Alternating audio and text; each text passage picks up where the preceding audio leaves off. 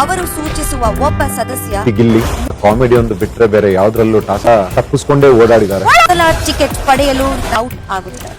ಗಿಲ್ಲಿಯನ್ನ ticket ಫಿನಾಲೆಯಿಂದ ಆಚೆ ಇಟ್ರ ಧ್ರುವಂತ್ ಅವರು. ಸೊ ಧ್ರುವಂತ್ ಅವರಿಗೆ ಈಗಾಗಲೇ ಬಿಗ್ ಬಾಸ್ ಅವರು ಒಂದು ಅವಕಾಶವನ್ನ ಕೊಡ್ತಾರೆ ಟಿಕೆಟ್ ಫಿನಾಲೆಗೆ. ಅದೇನಂತ ಹೇಳಿದ್ರೆ ಧ್ರುವಂತ್ ಅವರು ತಾವು ನೆಕ್ಸ್ಟ್ ಆಡುವಂತಹ ಒಂದು ಟಾಸ್ಕ್ ನಲ್ಲಿ ಒಬ್ಬ ಎದುರಾಳಿಯನ್ನ ಆಯ್ಕೆ ಮಾಡ್ಕೋಬೇಕು. ಅದರಲ್ಲಿ ಅವರನ್ನ ಸೋಲಿಸಿದ್ರೆ ಅವರು ಟಿಕೆಟ್ ಫಿನಾಲೆಯಿಂದ ಹೊರಗಡೆ ಉಳಿತಾರೆ ಅನ್ನೋ ಒಂದು ಟಾಸ್ಕ್. ಸೊ ಈ ಟಾಸ್ಕ್ಗೆ ಧ್ರುವಂತ್ ಅವರು ರಾಜರೋಷವಾಗಿ ಹಾಗೂ ಸವಾಲ್ ಹಾಕಿ ಗಿಲ್ಲಿಯನ್ನ ಕರ್ಕೊಳ್ತಾರೆ. ಗಿಲ್ಲಿ ಇಲ್ಲೂ ಕೂಡ ಆ ಒಂದು ಸವಾಲನ್ನ ಸ್ವೀಕರಿಸಿದಾನೋ ಏನೋ ಗೊತ್ತಿಲ್ಲ. ಆದ್ರೆ ಟಾಸ್ಕ್ ಏನಿದೆ ಅಂತ ಹೇಳಿದ್ರೆ ಪ್ರೋಮೋದ ಪ್ರಕಾರ ಈ ಟಾಸ್ಕ್ ಏನಿಂತ ಹೇಳಿದ್ರೆ ದೂರದಲ್ಲಿ ಒಂದು ಇಂಟು ಮಾರ್ಕ್ ಅನ್ನ ಮಾಡಿರ್ತಾರೆ. ಆ ಇಂಟು ಮಾರ್ಕ್ ಸಂಪೂರ್ಣವಾಗಿ ಗಮ್ಮಿಂದ ಕೂಡಿರುತ್ತೆ. ಆದ್ರೆ ಇವರಿಗೆ ಹಲವಾರು ಬಾಲ್ಗಳನ್ನ ಕೊಟ್ಟಿರ್ತಾರೆ. ದೂರದಿಂದ ನಿಂತು ಆ ಇಂಟು ಮಾರ್ಕಿನ 4 ಭಾಗಗಳಿಗೆ ಬಾಲನ್ನ ಹೊಡೆದು ಅಂಟಿಸಬೇಕು. ಯಾರು ಮೊದಲು ಬಾಲ್ಗಳನ್ನ ಅಂಟಿಸ್ತಾರೋ ಹೊಡೆದು ಅವರು ಈ ಟಾಸ್ಕ್ ಅಲ್ಲಿ ಗೆದ್ದಂತೆ ಆಗತ್ತೆ. ಇದಕ್ಕೆ ಧ್ರುವಂತ್ ಅವರು ತನ್ನ ಆಪೋಸಿಟ್ ಒಬ್ಬರನ್ನ ಆಯ್ಕೆ ಮಾಡ್ಕೊಳ್ಬೇಕಾಗತ್ತೆ. ಅದು ಗಿಲ್ಲಿಯನ್ನ ಆಯ್ಕೆ ಮಾಡ್ಕೋತಾರೆ ಸವಾಲನ್ನ ಹಾಕಿ. ಸೊ ನಾನು ಆಯ್ಕೆ ಮಾಡ್ಕೊಳ್ತಿರುವಂತಹ ವ್ಯಕ್ತಿ ಬಂದು ಗಿಲ್ಲಿ. ಆ ವ್ಯಕ್ತಿ ಬಿಗ್ ಬಾಸ್ಗೆ ಬಂದ ದಿನದಿಂದ ಇನ್ನೊಬ್ಬನ ಕೆಳಗೆ ಹಾಕಿ ಮಾತಾಡೋದನ್ನು ಬಿಟ್ಟು ಬರೇ ಕಾಮಿಡಿಗಳನ್ನ ಹೊಡ್ಕೊಂಡಿರೋದನ್ನು ಬಿಟ್ಟು ಟಾಸ್ಕ್ ಅಲ್ಲಿ ತನ್ನನ್ನು ತಾನು ತೋರಿಸ್ಕೊಂಡಿಲ್ಲ. ಇನ್ಯಾವುದೇ ರೀತಿಯಾದಂತಹ ಡಿಸಿಷನ್ಗಳಲ್ಲೂ ತನ್ನನ್ನು ತಾನು ತೋರಿಸ್ಕೊಂಡಿಲ್ಲ.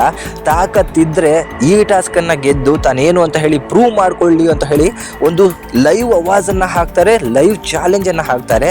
ಈ ಟಾಸ್ಕ್ ನಲ್ಲಿ ಗಿಲ್ಲಿ ಸೋತ್ರೆ ಅವನಿಗೆ ದೊಡ್ಡ ಅವಮಾನನೇ ಹೇಳಬೇಕು. ಯಾಕಂದ್ರೆ ಕೇವಲ ಕಾಮಿಡಿಯಿಂದ ಜನಗಳನ್ನ ಗೆಲ್ಲೋದಕ್ಕಿಂತ ಇಂಥ ಸವಾಲುಗಳಿಂದ ಗೆಲ್ಲಬೇಕು, ಅದು ಗಂಡಸ್ತನ ಅನ್ನೋದು ತುಂಬಾ ಜನರ ವಾದ ಆಗಿರುತ್ತೆ.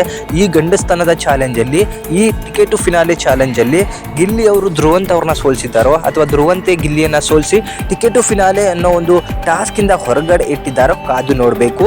ಬಟ್ ಆಡ್ತಿರುವಂತಹ ರೇಂಜ್ ಅನ್ನ ನೋಡ್ತಾ ಇದ್ರೆ ಗಿಲ್ಲಿಯ ನಾವು ಈ ಒಂದು ಬಿಗ್ ಬಾಸ್ ಸೀಸನ್ ಅಲ್ಲಿರುವಂತಹ ಟಾಸ್ಕ್ ಗಳನ್ನ ನೋಡ್ಕೊಂಡು ಬಂದ್ರೆ ಸಂಪೂರ್ಣವಾಗಿ ತೋಪೆದ್ದಿರೋದನ್ನ ನೀವು ನೋಡಿರ್ತೀರಾ. ಯಾವುದೇ ಟಾಸ್ಕ್ ಗಳನ್ನ ಗೆದ್ದಿಲ್ಲ. ಮನೆಯವರ ಅಥವಾ ಹೊರಗಡೆ ಬಂದಂತಹ ಮನೆಯವರ ಒಂದು ಸಪೋರ್ಟ್ ಇಂದ ಬಿಗ್ ಬಾಸ್ ನ ಒಂದು ಕ್ಯಾಪ್ಟನ್ ಕೂಡ ಆದ್ರು. ಆದರೆ ಧ್ರುವಂತ್ ಎದುರು ಸೋತ್ರೆ ದೊಡ್ಡ ಮುಖಭಂಗನೇ ಅನ್ಬೋದು.